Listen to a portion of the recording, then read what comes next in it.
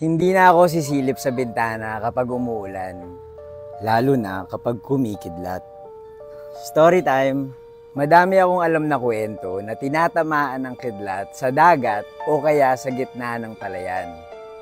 Pero yung tatamaan ka sa loob ng bahay mo, akala ko imposible, pero nangyayari pala talaga.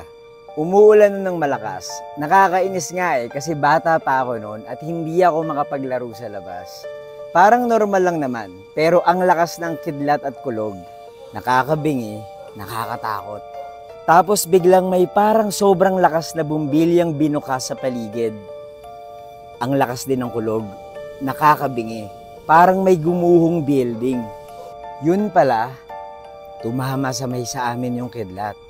At ang masaklap, tinamaan yung kapitbahay naming nagmumuni-muni sa bintana nila. Nakadungaw siya sa bintana, siguro nagdadrama.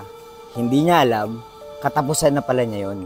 Ang balita, nakadungaw siya sa bintana, nakikinig ng MP3 player. Nag-e-emote, siguro nagdadrama, may pinagdadaanan. Sa ibang bansa, madami na ring tinamaan ng kidlat habang nakikinig ng music. Tumama yung kidlat sa mga wires ng earphones nila.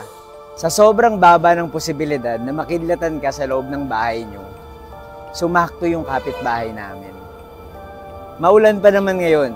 Ang sarap magsolo at makinig ng music, mag-emote at magdrama. Kaya, ingat na lang.